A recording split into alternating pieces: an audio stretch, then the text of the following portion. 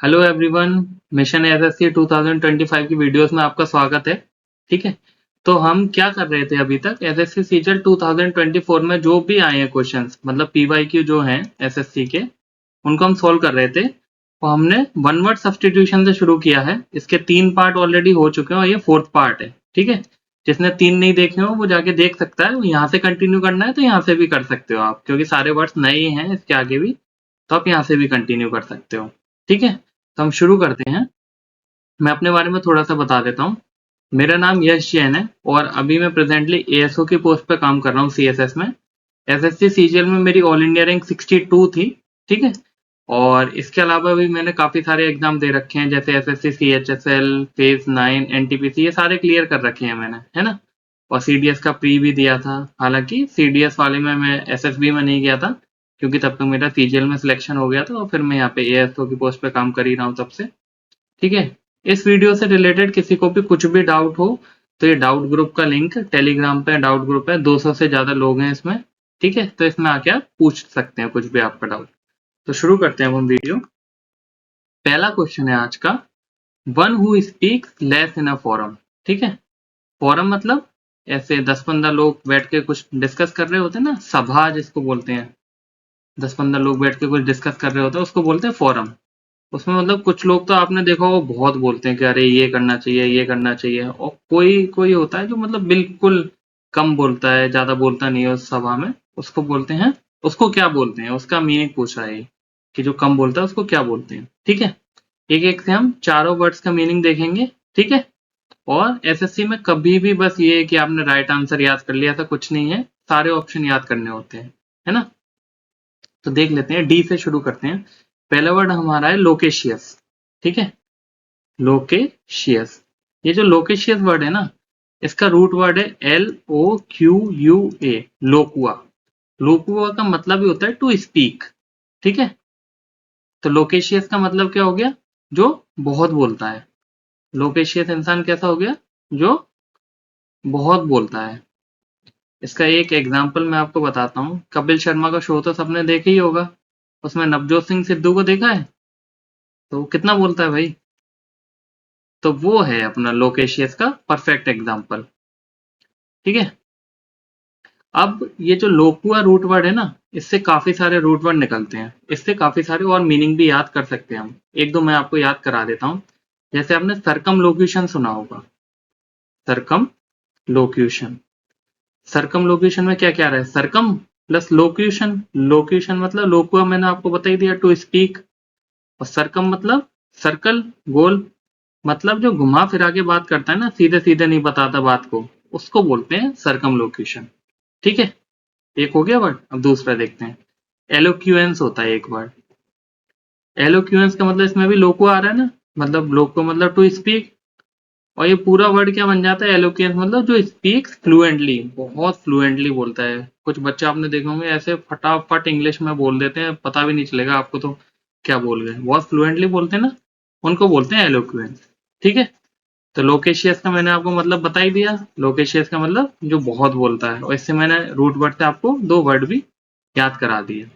अब बाकी के वर्ड देख लेते हैं। इसेंट्रिक, इसेंट्रिक का मतलब होता है, इसकी पहले स्पेलिंग देते हैं, ECCENTRIC। मतलब सेंटर, मतलब कोई सेंटर में है, बीच में सर्कल में है कोई। ठीक है, 5-6 लोग हैं, ये सर्कल के अंदर हैं। लेकिन इसेंट्रिक मतलब जो सर्कल से बाहर होता है, बिल्कुल अलग ही। सन की आदमी देखे आपने, कि सारे लोग इस रोड से जा रहे हैं ना, जैसे ये दो रोड हैं, ये एक रोड, ये दो रोड, तो सारे लोग इस रोड से जा रहे हैं कि हाँ ठीक है, ये रास्ता सही है। ये बंदा क्या करेगा, ये कुछ अलग ही करेगा, हटके करता है ये सारा काम, ये सर्कल के अंदर नहीं है ना, तो ये हटके करेगा, ये जाएगा इस रोड से, कि भाई अपन ये वाला रास्ता चुनेंगे। भले ही आगे मर जाए, आगे ट्रेन की पटरी आ जाए, कुछ भी हो जाए, एकदम खतरनाक रास्ता है, लेकिन ये सन की आदमी है, ये कुछ हटके करेगा। तो ऐसे लोगों को क्या बोलते हैं, इसेंट्रिक। थोड़े एबनॉर्मल से जो लोग होते हैं ना, उनको बोलते हैं भाई इसेंट्रिक। ठीक है, अब गैबी देख लेते हैं। गैबी का मतलब भी क्या होता है, गैबी का मतलब भी वही होता है, हु स्पीक्स मोर। ठीक है, पर गैबी थोड़ा निगेटिव सेंस में यूज होता है कि मतलब जो बहुत ज्यादा दिमाग खराब कर देता है बोल बोल के, पटर पटर पूरे दिन कुछ भी बोलता है वो, मतलब फालतू की बातें ज्यादा करता है। एक तो बोलने वाला वो होता है जो मतलब सेंस वाली बात करे, एक वो होता है जो, देखा आपने शादियों में मतलब कुछ लोग रिश्तेदार आते हैं पूरे दिन इधर उधर की बातें ये वो फलाना ढिमकाना, उसको बोलते हैं गैबी। ठीक है। लोकेशियस और गैबी में यही अंतर है, लोकेशियस थोड़ा पॉजिटिव सेंस में यूज होता है कि ठीक है बंदा ज्यादा बोल रहा है पर कुछ काम की बात कर रहा है, और गैबी में बिल्कुल कुछ भी उल्टा सीधा कुछ भी बोल रहा है वो बंदा। ठीक है, बस उसको बोलना है। ठीक है। तो ये हो गया गैबी अपना। एक ईडियम और होता है गिफ्ट ऑफ द गैब। एसएससी में काफी बार आया है गिफ्ट ऑफ द गैब। गिफ्ट ऑफ द गैब मतलब जो बहुत अच्छी स्पीच वगैरह जो देते हैं, बहुत अच्छा बोलते हैं ना स्पीच वगैरह, या काफी अच्छा पब्लिक फोरम में बोलते हैं, उनके लिए यूज होता है गिफ्ट ऑफ द गैब। इसका परफेक्ट एग्जांपल जैसे आपने एस जयशंकर हमारे जो एक्सटर्नल अफेयर मिनिस्टर हैं उनको देखा होगा कि मतलब एकदम जैसा सवाल वैसा जवाब बहुत अच्छा बोलते हैं। हमारे जो पीएम है, ऑनरेबल पीएम, उनको आपने देखा होगा कुछ भी पब्लिक स्पीच वगैरह में कितना अच्छे से बोलते हैं। तो उनके लिए यूज होता है ये word gift of the gap. ठीक है। ये जो ईडियम है ये पॉजिटिव सेंस में यूज होता है कि जो बहुत अच्छा बोलता है। ठीक है। तो 3 वर्ड देख लिया हमने। अब लास्ट वर्ड देखते हैं, रेटिसेंट। रेटिसेंट मतलब एक ऐसा इंसान जो बहुत रिजर्व्ड होता है, अपनी पर्सनल चीजें बहुत कम बताता है, बहुत कम बोलता है, ऐसे इंसान को हम बोलते हैं रेटिसेंट। ये मैं अपनी पिछली वीडियो में फर्स्ट वाली में भी बता चुका हूँ कि रेटिसेंट मतलब आर फॉर रेटिसेंट और आर फॉर रिजर्व्ड। तो एकदम साइलेंट आदमी होता है, बिल्कुल कुछ नहीं। आप उससे पूछो और कैसा है, ठीक है भाई। जैसे इसका मैं एग्जांपल देता हूँ, आप लोग एसएससी की तैयारी कर रहे हो। ठीक है, आप 4 दोस्त हो आप। ठीक है।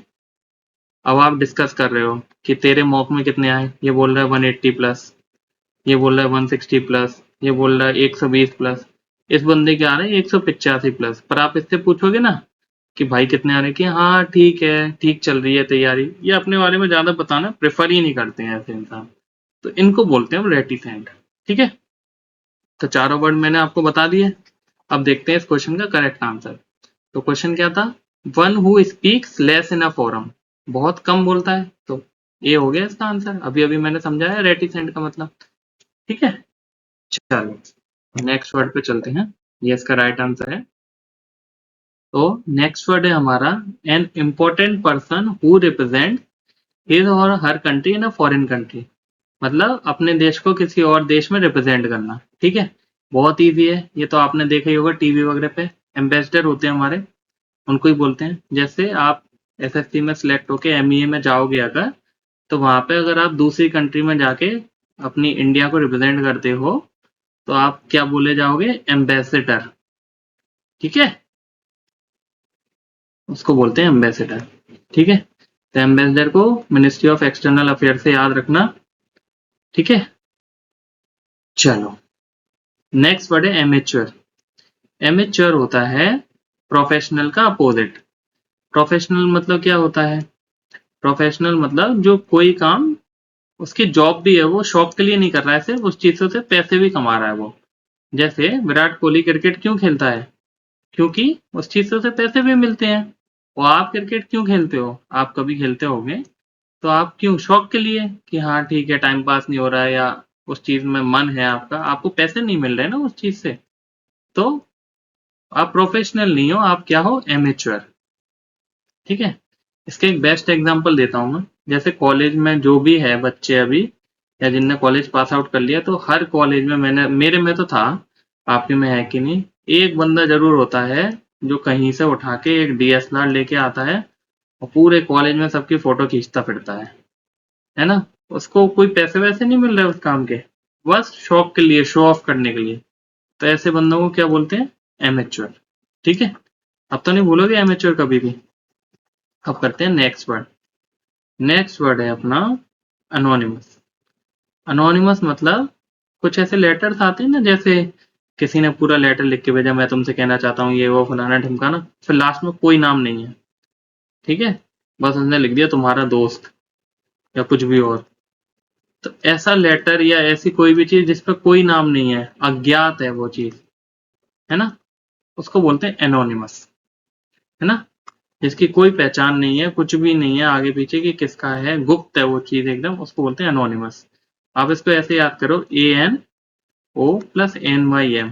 NYM मतलब नेम, और ANO मतलब विदाउट। विदाउट नेम है ना जो चीज, जिसमें नाम नहीं डाला कि किसकी है वो चीज, तो उसको बोलते हैं अपन एनोनिमस। अब आते हैं अपन अपने नेक्स्ट वर्ड पर। ठीक है, नेक्स्ट है अपना ऑल्ट्रुइस्ट। ऑल्ट्रुइस्ट, ऑल्ट्रुइस्ट मतलब कुछ लोग आपने ऐसे देखे होंगे जो दूसरों की सेवा करते हैं, उनकी काफी मदद करते हैं, ऐसे लोगों को क्या परोपकारी होते हैं ना कुछ लोग।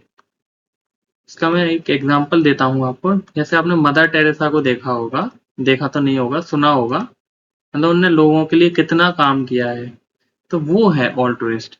तो ये जो ऑल्ट्रुइस्ट है ना, वो किस वर्ड से आया है, ऑल्टर। ऑल्टर मतलब ऑल्टरनेटिव,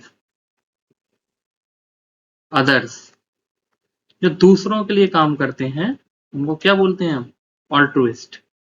ठीक है, इस वर्ड को अच्छे से याद कर लेना, ऑल्ट्रुइस्ट को, मतलब दूसरों के वेलफेयर के लिए जो काम करता है उसको बोलते हैं altruist, who works for the welfare of others. ठीक है, तो अपने क्वेश्चन का सही आंसर क्या हो गया, एम्बेसडर, और बाकी के 3 वर्ड मैंने समझाई दी। ठीक है, एम्बेसडर अपना राइट आंसर है। अब आते हैं नेक्स्ट क्वेश्चन पर। A person who is inclined to see the worst aspect of things, मतलब कुछ भी काम करने जाएगा तो उसको लगेगा ये काम होगा ही नहीं, उसको मतलब बुरी साइड ही देखेगा वो हर काम की। ठीक है, तो इसको मैं समझा देता हूँ। तो ऐसे इंसान को अपन पेसिमिस्ट बोलते हैं। अब क्यों बोलते हैं मैं सिखा देता हूँ आपको।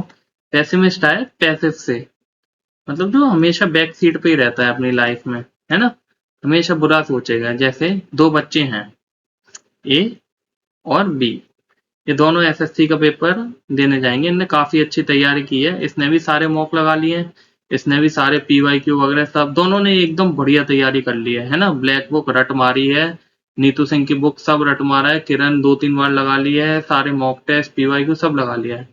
ए है अपना ऑप्टिमिस्ट और बी है अपना पेसिमिस्ट।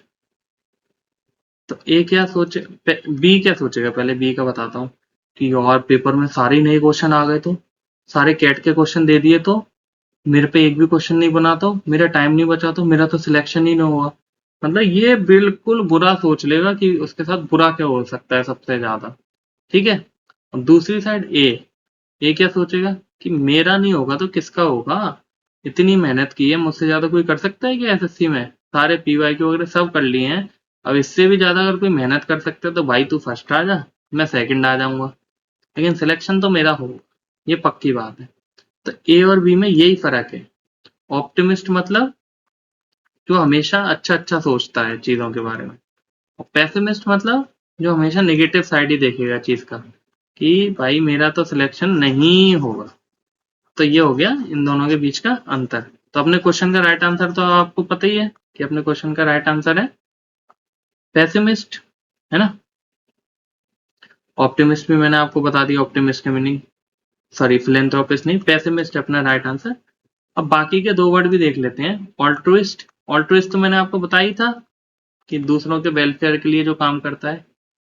ऑल्ट्रुइस्ट मतलब ऑल्टर से आया नहीं, ऑल्टर अदर, उनके लिए काम करता है। फिलेंथ्रोपिस्ट भी यही होता है जो दूसरों के वेलफेयर के लिए काम करते हैं, लेकिन ये यूजुअली जो मनी की हेल्प करते हैं, मतलब मनी वगैरह पैसे डोनेट कर देते हैं दूसरों की हेल्प करने के लिए, उनको बोलते हैं फिलेंथ्रोपिस्ट। ठीक है, मैं समझा देता हूँ। Phil plus anthropist. ठीक है, एंथ्रो तो आपको पता ही है, ह्यूमंस, है ना, एंथ्रो ह्यूमंस को बोलते हैं। फिल मतलब किसी चीज को प्यार करना, टू लव। तो जो बाकी इंसानों को प्यार करता है, उनकी हेल्प करना चाहता है, who loves other and helps, उसको बोलते हैं फिलेंथ्रोपिस्ट। ठीक है, जैसे रतन टाटा को आपने देखा था, रतन टाटा कितना दान पुण्य करते थे, तो वो है फिलेंथ्रोपिस्ट अपने इंडिया के। ठीक है, हो गया। तो ये हो गया अपने चारों वर्ड। अब आते हैं नेक्स्ट वर्ड पर। तो ये अपना सही आंसर हो गया पैसिमिस्ट। ठीक है। चौथा है द स्टडी ऑफ कॉइन्स, मतलब सिक्कों की स्टडी को क्या बोलते हैं। एक एक से देख लेते हैं चारों ऑप्शन। कोरियोग्राफी सबको पता है, सबने शादी पार्टी में डांस किया होगा, तो कोरियोग्राफी मतलब डांस सिखाना वगैरह, उसकी स्टडी कोरियोग्राफी है, डांस से रिलेटेड। तो ये तो नहीं है अपना आंसर, ये एलिमिनेट हो गया। अब है कार्टोग्राफी। कार्टोग्राफी मतलब मैप्स वगैरह बनाना, उसका उसकी जो स्टडी होती है वो होता है कार्टोग्राफी, है ना। ये मैंने जैसे वर्ल्ड मैप बनाने की बहुत गंदी कोशिश की है, तो उसको बोलते हैं मैप्स की स्टडी। ग्राफी कहीं भी होता है स्टडी, और कार्टोग्राफी मतलब स्टडी ऑफ मैप्स। कार्टो का आप ऐसे याद रखना, कार्टो मतलब चार्ट, चार्टो जैसा लग रहा है ना, चार्ट, चार्टो जैसा। चार्ट पेपर पे क्या बनाते हैं हम, मैप। तो बस ऐसे याद रखना आप कार्टोग्राफी को। अगला है अपना इंफॉर्मेटिक्स। इंफॉर्मेटिक्स है इंफॉर्मेशन से। इंफॉर्मेशन की जो स्टडी होती है, जैसे आपको मैंने बहुत सारी इंफॉर्मेशन दे दी कि एसएससी में आपके मॉक में, एक मॉक में मैथ्स में है एक 50, एक मॉक में मैथ में है 40, एक में है 45, एक में 35, एक में 42, फिर ऐसे रीजनिंग के मार्क्स कर दिए। फिर इन जब सारे मार्क्स को आप एक एक्सेल शीट में जाके एनालाइज करोगे ना, या अपनी कुछ टेस्ट कॉपी बनाई होगी, एनालिसिस करोगे इस इंफॉर्मेशन का, तो इस पूरी चीज को बोलते हैं इंफॉर्मेटिक्स। मतलब कोई इंफॉर्मेशन आपके पास है, फिर उसका एनालिसिस करना, उसको स्टडी करना, उसको बोलते हैं इंफॉर्मेटिक्स। ठीक है। तो ये हो गया अपना इंफॉर्मेटिक्स। अब आते हैं लास्ट वर्ड पर, जो कि अपना सही आंसर है, आप समझ ही गए होंगे। न्यूमिस्मेटिक्स मतलब स्टडी ऑफ कॉइन्स। बस न्यूमिस से याद रखना, न्यूमिस मतलब कॉइन्स होता है, तो कॉइन्स की स्टडी को न्यूमिस्मेटिक्स बोलते हैं। जैसे कोई भी पुराने जमाने के सिक्के हैं, जैसे महाराणा प्रताप के जमाने के सिक्के हैं, चांदी के सिक्के, सोने के सिक्के, या मुगल टाइम के सिक्के हैं, उन पे कौन सी इमेज बनी है, क्या बनी है, समुद्रगुप्त की इमेज बनी है गुप्ता टाइम्स के पे, तो उस सब की जो लोग स्टडी करते हैं उसको बोलते हैं न्यूमिस्मेटिक्स। तो अपना सही आंसर है इस क्वेश्चन का न्यूमिस्मेटिक्स। स्टडी ऑफ कॉइन्स को क्या बोलते हैं, न्यूमिस्मेटिक्स। ठीक है, study of collection of coins. अगला है almost immediately they heard the high shrill piercing cry. मतलब एकदम चुभने वाली जो आवाज होती है ना, कोई चिल्लाता है एकदम श्रिल, वैसी आवाज को चुभने वाली आवाज बोलते हैं। Of tyres on the side road. ठीक है, ऐसे कोई एक्सीडेंट वगैरह, कोई ब्रेक मारता है एकदम से, तो ऐसी आवाज आती है ना टायर की एकदम से, उसको पूछ रहे हैं ये। ठीक है, एक एक से वर्ड देख लेते हैं, पहले अपन एलिमिनेट करते हैं। ये है बी क्रैच। क्रैच तो कुछ नहीं होता, जब पेरेंट्स दोनों वर्किंग होते हैं तो अपने बच्चे को एक जगह से छोड़ जाते हैं ना 5-6 घंटे के लिए, कि सुबह 9 से 5:30 में उनकी जॉब है, तो यहाँ पे बच्चे खेलते रहते हैं, यहाँ पे मतलब उनके खेलने खिलौने के सामान रहते हैं, एक प्लेग्राउंड टाइप का होता है ना कुछ, जहाँ पे बच्चों का ध्यान रखा जाता है, उसको बोलते हैं क्रैच। ठीक है, मेरी मिनिस्ट्री में भी बन रही है अभी क्रैच। ठीक है, तो इसलिए मुझे ज्यादा पता है क्रैच के बारे में। ठीक है, सारे वर्क प्लेस, सारी मिनिस्ट्रीज में है लगभग हमारे यहाँ, तो इसीलिए क्रैच इसको बोलते हैं। अगला है अपना ब्लीच। ब्लीच तो जो हमारे यहाँ लड़कियां जो तैयारी कर रही हैं उन्हें पता ही होगा कि ब्लीच लगाते हैं पार्लर वगैरह पे गोरा करने के लिए। तो ब्लीच का वही मतलब होता है, मतलब ऐसे ऑफेंसिव टर्म में नहीं बोल रहा, किसी भी चीज को वाइटन करने के लिए, या उसका कलर वगैरह हटाने के लिए, वाइट मतलब वाइट करने के लिए किसी भी चीज को जो केमिकल लगाते हैं उसको बोलते हैं ब्लीच, है ना। ये हो गया अपना ब्लीच का। अब आते हैं बाकी के दो वर्ड पर, तो अपन ने दो ऑप्शन तो एलिमिनेट कर ही दिए हैं। ठीक है, अब आते हैं बिसीच पर। बिसीच थोड़ा सा टफ है याद करने पर, मैं समझा देता हूँ को। बिसीच का मतलब होता है आप किसी से बहुत ऐसे पैरों में पड़ के बिल्कुल कोई चीज मांग रहे हो ना, बैक करना, मतलब कि भाई दे दे प्लीज, ये तो दे ही दे, तो उसको बोलते हैं बेसिन। जैसे आपने ये जो नाटक वगैरह आते हैं राजा महाराजा के, या पिक्चर वगैरह आते हैं, उसमें किसी को उसने फांसी की सजा दे दी राजा ने, तो क्या कहते हैं, महाराज मुझे माफ कर दीजिए मेरी जिंदगी, तो मतलब वो अपनी जिंदगी के लिए पैर पड़ पड़ के रो रो के मांग रहा है उससे कि मेरी जिंदगी माफ कर दो, मैंने गलती नहीं की। इसको बोलते हैं बेसीच। ठीक है, और मतलब और भी एग्जांपल हो सकते हैं, जैसे बचपन में अपन को कोई चीज चाहिए होती है तो मम्मी पापा से बिल्कुल ऐसे रोड पे लेट जाते हैं ना छोटे छोटे बच्चों की, ये चाहिए ही चाहिए, मतलब ऐसे बिल्कुल मांगना कि ये बहुत डेस्परेटली मांगना किसी चीज को, तो उसको बोलते हैं बेसीच, है ना। अब आता है लास्ट वर्ड, स्क्रीच। स्क्रीच को बोलते हैं एकदम ऐसे चुभने वाली साउंड, एकदम चिल्लाना ऐसे बिल्कुल कानों में चुभ जाती है, तो उसको बोलते हैं स्क्रीच। ठीक है, तो अपने क्वेश्चन का सही आंसर क्या हो गया, स्क्रीच। बच्चे मतलब छोटे छोटे बच्चे जब रोते हैं तो बहुत तेज जब चीख चीख के रोने लगते हैं, तो उसको भी स्क्रीच से आप रिलेट कर सकते हो। ठीक है, तो अपना सही आंसर हो गया ए। स्क्रीच क्या होती है, हाई पिच्ड लाउड साउंड, बहुत तेज एकदम ऐसे, तो उसको बोलते हैं स्क्रीच। ठीक है, नेक्स्ट क्वेश्चन है अपना, foul smell will come if the food is not fresh. तो इसमें अंडरलाइन क्या है, नॉट फ्रेश। खाना जब ताजा नहीं होता तो उसको क्या बोलते हैं, बासा। बासे खाने को क्या बोलते हैं, बासे खाने को बोलते हैं स्टेल फूड। तो आज से आप याद रखना, स्टेल फूड मतलब पुराना खाना है, एक दिन पुराना या बासा खाना को क्या बोलते हैं, स्टेल फूड। तो अपने क्वेश्चन का सही आंसर हो गया स्टेल, है ना। अब बाकी ऑप्शन भी देख लेते हैं। ऑर्डरलेस, ऑर्डर का मतलब ही होता है smell, O D O U R मतलब स्मेल, किसी भी चीज की खुशबू या बदबू। और लेस मतलब विदाउट, विदाउट स्मेल, मतलब ऐसी कोई गैस है तुमने छिड़क दी कमरे में, ना खुशबू आ रही है ना बदबू आ रही है। ठीक है, उसको बोलते हैं ऑर्डरलेस। ठीक है, जैसे एगलेस में क्या होता है, एगलेस केक देखा है, एग लेस, उसमें लेस नहीं होता है कि एग कम डाल दिया, अंडा होती ही नहीं है उस केक में। ऐसी ऑर्डर लेस में ऐसा नहीं है कि स्मेल कम है लेस लिखा है तो नहीं, बिना स्मेल की कोई चीज है उसको बोलते हैं ऑर्डर लेस। ठीक है, तो ऐसे कंफ्यूज मत होना कि लेस लिखा है तो कम होगी, बता दिया ना मैंने, एगलेस केक आता है मार्केट में, कभी कभी डाल भी देते हैं वो अंडा एगलेस के नाम पे, तो ठीक है देख के खाना। फिर है क्रिस्प, क्रिस्प मतलब खस्ता चीजें होती है ना, जैसे आपने लेस खाए होंगे, कुरकुरे खाए होंगे, तो ऐसी कुरकुरी चीजें खस्ता चीजें जो होती हैं, है ना, एकदम, तो उसको बोलते हैं क्रिस्प। लास्ट वर्ड है अपना ब्रिटल। ब्रिटल मतलब ऐसी कोई चीज जो हार्ड भी है पर फटाफट से टूट भी जाती है, मारोगे तो एक झटके में टूट जाएगी। जैसे कांच देखा होगा आपने, कितना हार्ड होता है पर अगर जरा भी गिर जाए जमीन पे तो फटाफट टूट जाता है, ऐसी चीजों को बोलते हैं ब्रिटल। ठीक है, अब ये इंसानों के लिए भी यूज होता है, किसी किसी की पर्सनैलिटी भी ब्रिटल होती है, कि बाहर से तो ऐसा दिखता है कि एकदम हैंडसम हल्क टाइप, जरा आप उसको कुछ बोल दो और इतनी जल्दी बुरा मानता है भाई वो बंदा, तो ऐसे लोगों को ब्रिटल पर्सनैलिटी बोलते हैं। ठीक है, तो चारों वर्ड मैंने समझा दी, अब देखते हैं करेक्ट आंसर। करेक्ट आंसर अपना स्टेल, बासे खाने को क्या बोलते हैं, स्टेल फूड। ठीक है, चलो अब नेक्स्ट वर्ड पे आते हैं। नेक्स्ट वर्ड है अपना, the workers receive the sum for the services they render.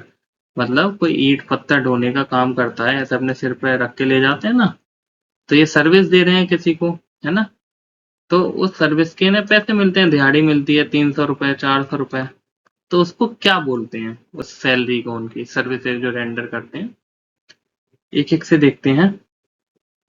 सबसे पहले रिक्रूटमेंट, ऑप्शन हटाते हैं पहले। रिक्रूटमेंट तो क्या होता है, भर्ती होती है ना, एसएससी का रिक्रूटमेंट निकलता है तो उसके आप फॉर्म भरते हो, तो रिक्रूटमेंट मतलब भर्ती किसी भी चीज की, आर्मी की भर्ती, नेवी की भर्ती, इन सबको क्या बोलते हैं, रिक्रूटमेंट। ठीक है, नेक्स्ट वर्ड है अपना रिमेम्बरेंस। रिमेम्बरेंस आया है रिमेम्बर से, रिमेम्बर मतलब याद करना, तो ऐसे किसी को रिस्पेक्टफुली अपन याद करते हैं ना, जैसे अभी इंडिया पाकिस्तान ऑपरेशन सिंदूर में हमारे 5 जो है आर्मी वाले शहीद हुए, तो उनके रिमेम्बरेंस में हम दीपक वगैरह जलाते हैं मार्टियर्स के लिए, तो उस चीज को बोलते हैं रिमेम्बरेंस, रिस्पेक्टफुली किसी चीज को, किसी को या किसी चीज को याद करना। ठीक है, अब आते हैं नेक्स्ट वर्ड पर, रेजुविनेशन। रेजुविनेशन मतलब री प्लस जुविनेशन, जुबिनेशन आया अपना जुबिनाइल पे। जुबिनाइल आपको पता है? जुबिनाइल मतलब 18 साल से कम वालों को, मतलब छोटे जो होते हैं उम्र में, यंग होते हैं जो, उनको बोलते हैं जुबिनाइल। फिर से कोई चीज आपको यंग बना दे रही है, उसको बोलते हैं रेजुबिनेशन। ठीक है? जैसे आप 5 दिन ऑफिस में काम किया, फिर 2 दिन की छुट्टी है, तो इन 2 दिन में आप कहीं घूम आए तो आप रेजुविनेट हो गए, एकदम तरोताजा हो गए, फिर से यंग फील कर रहे हो, 5 दिन की और ताकत आ गई काम करने की, तो इसको बोलते हैं रेजुविनेट। या फिर जैसे आप लोग एसएससी की पढ़ाई कर रहे हो, मान लो 2-3 महीने से एकदम कमरे में बंद हो गए, करते हो ना? मैं तो करता था भाई अपने टाइम पे, 15-15 दिन निकलता नहीं था रूम से, है ना? तो ऐसे आप रूम में 15 दिन तक पढ़े ही हो, पढ़ रहे हो, तो एक दिन जाके आप किसी दोस्त के साथ थोड़ा मार्केट में बाइक बाइक पे कहीं घूम घूम आए, है ना? उससे आप रेजुविनेट हो गए। ये जो आपको ताजा कर दे, एकदम माइंड फ्रेश कर दे, उसको बोलते हैं रेजुविनेट। ठीक है? अब आते हैं लास्ट वर्ड पर, जो कि हमारा आंसर है। बाकी 3 तो समझा ही दिया, आपको पता ही चल गया होगा सही आंसर क्या है। अब देखते हैं अपना सही आंसर। रिम्यूनरेशन। रिम्यूनरेशन मतलब किसी चीज के पैसे मिलना, बस इसी को बोलते हैं रिम्यूनरेशन। जैसे आप एसएससी में सिलेक्ट हो जाओगे, ठीक है?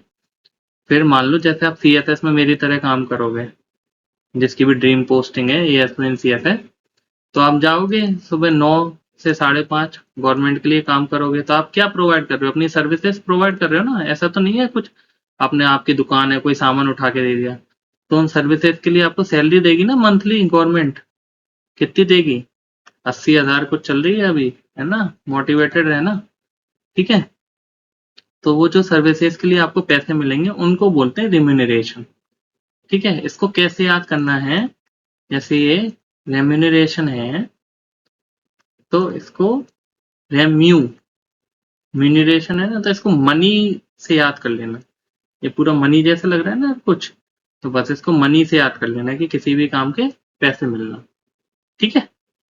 अब आते हैं नेक्स्ट वर्ड पर। अपना सही आंसर हो गया रेम्यूनरेशन। नेक्स्ट है अपना a thing fit to eat. ये अपन एलिमिनेशन से करेंगे, ये क्वेश्चन कभी भी आ गया पेपर में तो फटाफट एलिमिनेशन से कर देना। ऐसी चीज जो खाई जा सकती है। अनईटेबल तो साफ साफ दिख रहा है कि नहीं खाई जा सकती, अन लगा है उसके आगे। ठीक है? टॉक्सिक मतलब कोई भी चीज जहरीली। ठीक है? टॉक्सिक मतलब पॉइजनस होता है कुछ भी। अब ऐसा तो नहीं है कि टॉक्सिक कोई खाने की चीज ही हो, ऐसा भी हो सकता है कि हवा भी टॉक्सिक होती है। दिल्ली में आ जाओ आप दिवाली के बाद, है ना?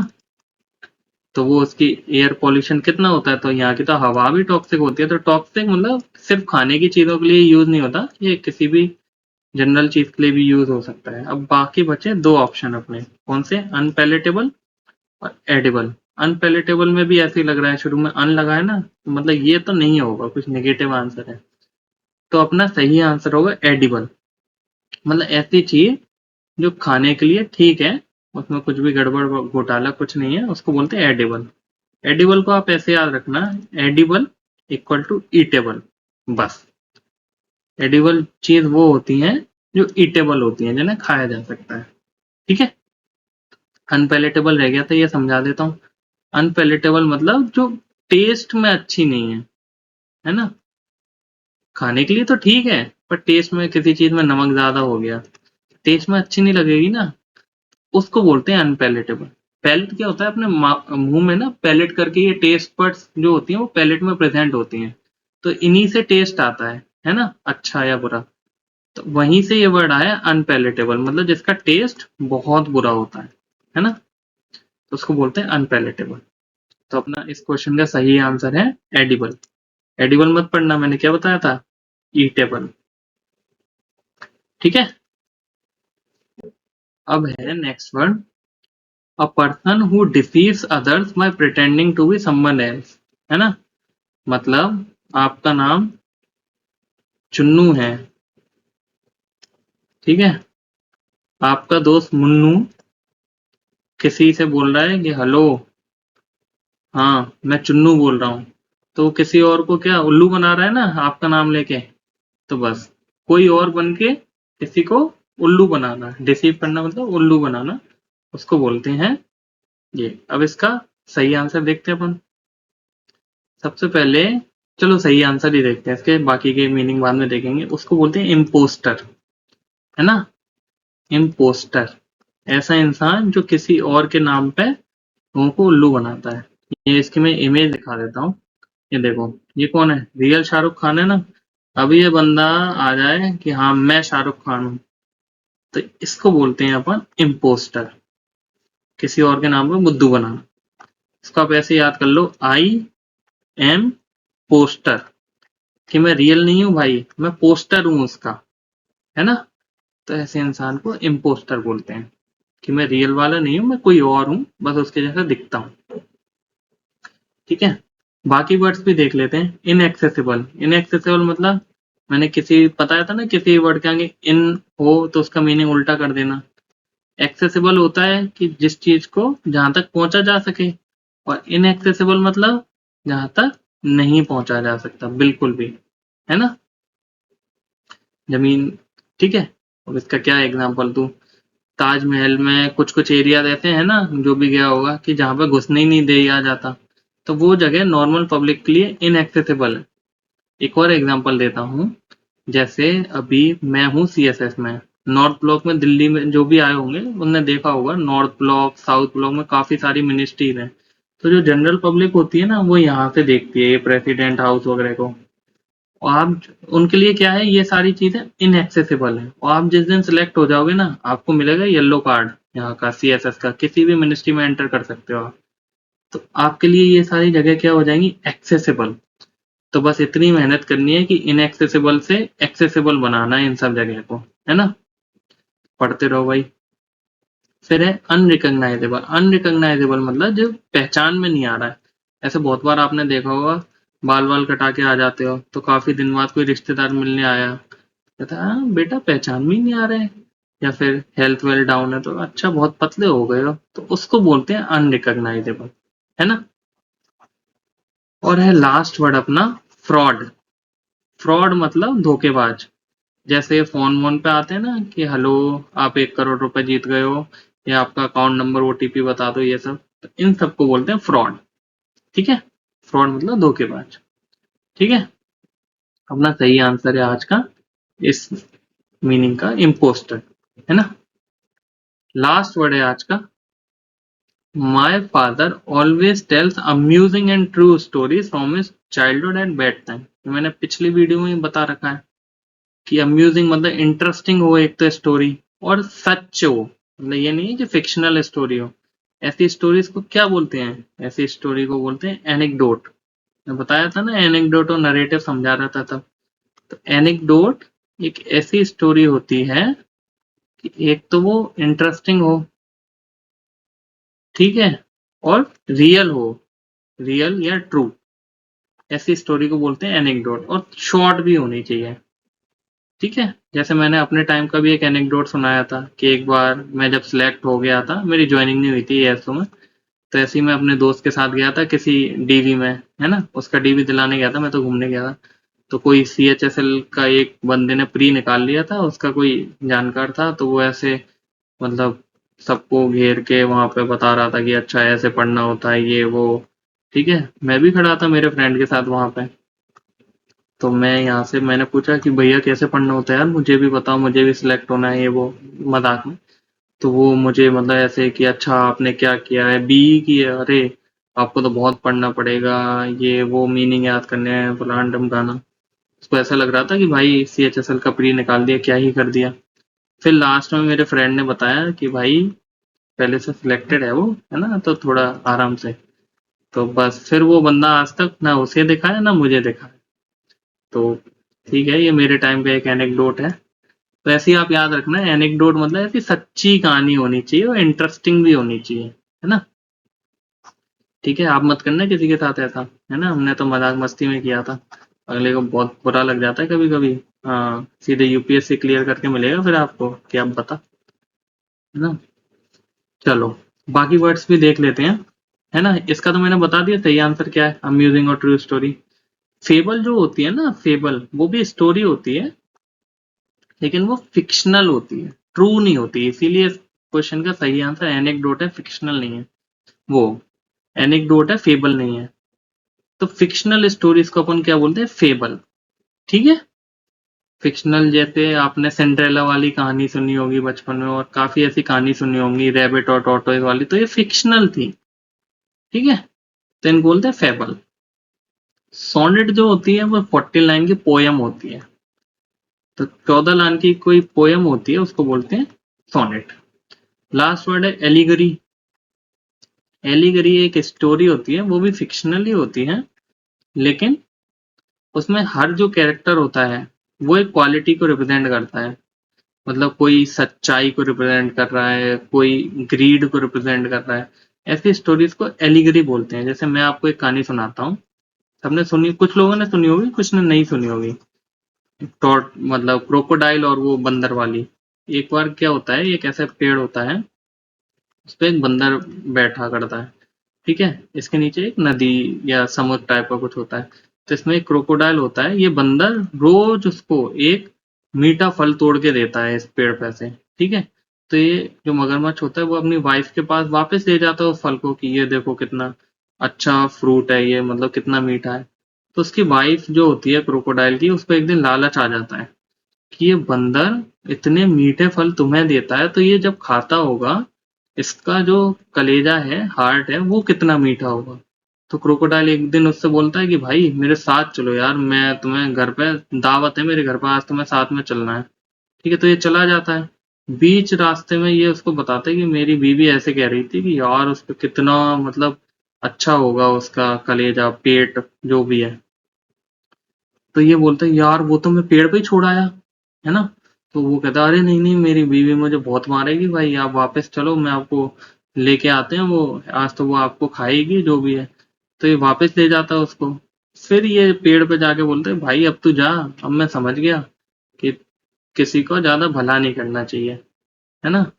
तो ये पूरी कहानी थी। अब इसमें जो बंदर है वो क्या रिप्रेजेंट कर रहा है? विजडम को, कि मतलब बहुत अक्लमंद था। जो इसकी बीवी है वो क्या है? ग्रीड को रिप्रेजेंट कर रही है, कि कितनी लालची थी, कि रोज मिल रहा था कुछ ना कुछ फिर भी। और ये क्या है? ये है भोंदू अपना, कि मतलब जैसा इसने बोला उसकी बात मान के कर लिया। तो ऐसी स्टोरी जिसका हर कैरेक्टर कोई ना कोई क्वालिटी रिप्रेजेंट करे, उसको बोलते हैं एलिगरी। ठीक है। आप तो कुछ याद मत रखना ये पूरी कहानी, वो तो मैंने याद हो जाए इसलिए सुनाई है। तो ऐसी चीज को बोलते हैं एलिगरी। मतलब ऐसी स्टोरी जिसका कुछ मोरल निकलता हो हर कैरेक्टर से। ठीक है। तो अपना सही आंसर था ये एनेक्डोट। सोनेट ये देख लो, विलियम शेक्सपियर की 14 लाइन की पोयम है, इसको बोलते हैं सोनेट। और एक ये एलिगरी जॉर्ज ऑरवेल की है, एनिमल फार्म। किसी ने पढ़ी हो तो पता होगा, ये भी बहुत अच्छी स्टोरी है। इसमें काफी अच्छे मोरल वैल्यूज के बारे में बताया गया है कैरेक्टर्स के थ्रू। ठीक है। तो आज की अपनी वीडियो यहाँ होती है खत्म। अगली वीडियो फिर से लाएंगे अपन, ये सीरीज कंटिन्यू रखेंगे अभी। ठीक है। किसी को कोई डाउट हो तो टेलीग्राम को मैंने डाउट ग्रुप का लिंक दे ही दिया है डिस्क्रिप्शन में। और अगर इंस्टाग्राम पे भी किसी को फॉलो करके कुछ पूछना है, कोई डाउट है ऐसे तैयारी वैयारी से रिलेटेड, मॉक में नंबर वंबर कमा रहे हैं, तो यहाँ भी पूछ सकता है ना। ठीक है, चलो बाय, मिलते हैं नेक्स्ट वीडियो में।